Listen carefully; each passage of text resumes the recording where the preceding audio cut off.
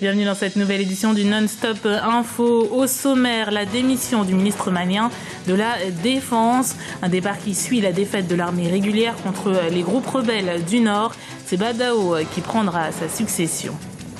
La Guinée est en pleine refonte de son système judiciaire. Le secteur tente d'acquérir plus d'indépendance et par la même occasion de rassurer les bailleurs de fonds. Et puis les Tchadiens se tournent vers des alternatives à l'énergie électrique thermique. Les besoins se chiffrent à 90 MW dans la capitale alors que N'Djamena ne peut fournir qu'une trentaine de mégawatts. Mais avant de développer ces titres à Djibouti, les troupes françaises étaient directement ciblées par les islamistes d'Al-Shabaab. Ce mardi, les auteurs de l'attentat suicide perpétré samedi dans un restaurant ont annoncé avoir agi en réaction à l'intervention française en Centrafrique et au soutien français des troupes militaires djiboutiennes en Somalie. Depuis 2007, 1400 soldats français sont postés à Djibouti. L'attaque a fait une victime et une vingtaine de blessés. Au Mali, le ministre de la Défense, Soumeylou Boubèye Maïga, a démissionné ce mardi. Une décision prise une semaine après avoir reconnu la perte de 50 soldats dans une offensive contre les groupes rebelles du Nord. Pilier du gouvernement, il était notamment en charge de la reconstruction de l'armée. Camille Thomas. Candidat à la présidentielle en 2007, puis ministre des Affaires étrangères sous la présidence d'Amadou Toumani Touré, Soumeylou Boubèye Maïga avait été nommé ministre de la Défense en septembre 2013 dans le premier gouvernement post-conflit au Mali. Ce mardi soir, cet homme politique d'expérience a pourtant annoncé sa démission une semaine après la défaite de l'armée à Kidal, fief de la rébellion Touareg. Le ministre malien de la Défense a présenté sa démission qui a été acceptée. Le président de la République, sur recommandation du Premier ministre, a donc nommé Badao ministre de la Défense. Mais aujourd'hui, plusieurs partis politiques réclament la démission du gouvernement tout entier, ce que refusent catégoriquement les autorités. Je pense que ce sont des débats inutiles. Et ceux qui profèrent ce genre de discours se tirent une balle dans le pied. Parce que nous sommes à un moment où l'ensemble de la nation doit être debout comme un seul homme, derrière les autorités, derrière notre armée, qui travaille dans des conditions qui sont difficiles. Donc nous avançons, nous regardons devant nous, nous ne prêtons pas attention à ce genre de discours. Soumeylou Boubèye Maïga a été immédiatement remplacé au poste de ministre de la Défense par Badao, ancien garde du corps du général Moussa Traoré et chef d'état-major des armées sous Alpha Oumar Konaré. En Afrique du Sud, elle était attendue comme un espoir d'accord au bout de 17 semaines de conflit social. La négociation entre le syndicat AMCU et les représentants des mines de platine a échoué. Pour rappel, les mineurs demandent un salaire minimum de 12 500 rands, quand les patronats, pour les patronats, cette somme correspond plutôt à un revenu moyen. La grève sans précédent a déjà fait reculer le produit intérieur brut de 0,6% au premier trimestre 2014. En Guinée, le système judiciaire est en pleine transformation. Le statut des magistrats pourrait évoluer pour gagner plus d'indépendance. Un changement qui pourrait motiver le soutien financier des bailleurs de fonds. Reportage de notre correspondant en Guinée, Mohamed Lamine Solano.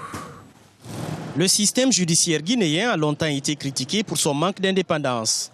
C'est pourquoi les autorités ont décidé de s'attaquer à sa réforme. Objectif : faire de la justice guinéenne une justice forte qui inspire la confiance des citoyens, un défi qui repose sur l'indépendance de la magistrature par exemple, pour mettre fin à l'impunité qui caractérise ce secteur. Le Conseil supérieur de la magistrature, ça a été une des premières choses qu'on a fait dès un mois et demi après ma prise de fonction.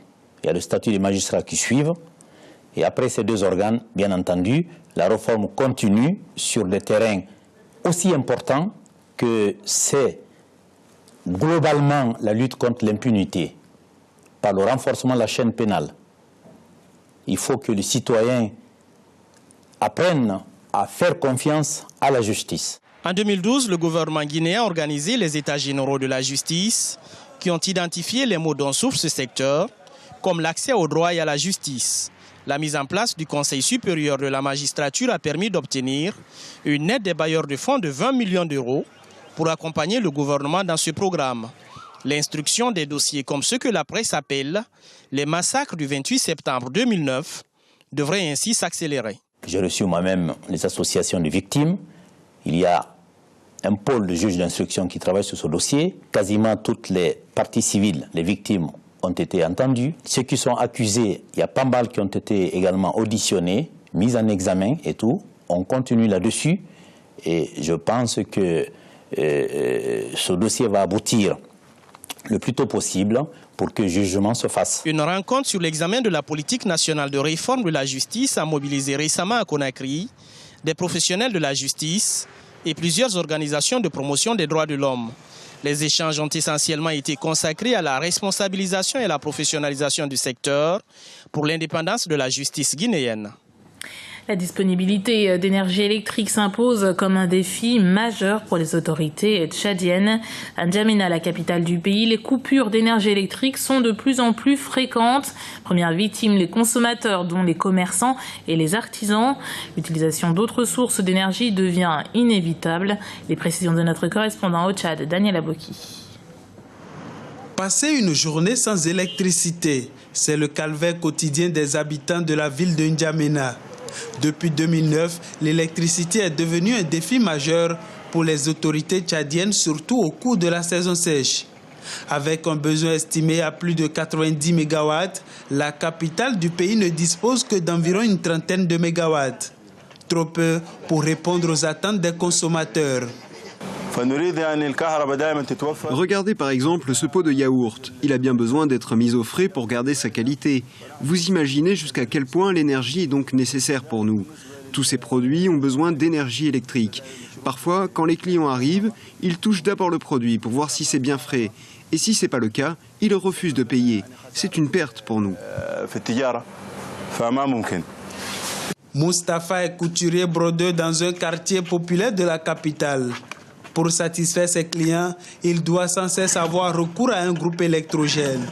Une solution de court terme qui lui coûte très cher. Ça nous fait beaucoup de dépenses à nous-mêmes parce qu'on trouve un peu seulement ce qu'on peut aller payer avec le gasoil. Ça ne va pas nous arranger. Et ça retarde beaucoup notre travail parce que les matériels qu'on travaille, ce n'est pas de n'importe quel matériel. Ça a besoin de courant normal, quoi. Pas avec le groupe. Le groupe, tu peux travailler, mais ce que tu travailles avec le courant, tu ne peux pas travailler avec ça, avec le groupe. Ça nous manque de beaucoup de gagnants encore. On est des perdants toujours. On aura des problèmes avec les clients. L'énergie électrique est indispensable pour le développement d'une nation. Conscients de cet enjeu, les gouvernants ont engagé de grands projets d'infrastructures énergétiques tels que la construction d'une nouvelle centrale thermique de 60 MW à N'Djamena. Ainsi, d'ici fin 2014, le pays pourrait disposer de plus de 200 MW d'énergie électrique. C'était le journal de la rédaction. Merci de l'avoir suivi. Retrouvez dans un instant une nouvelle édition du Non-Stop Info sur Africa 24.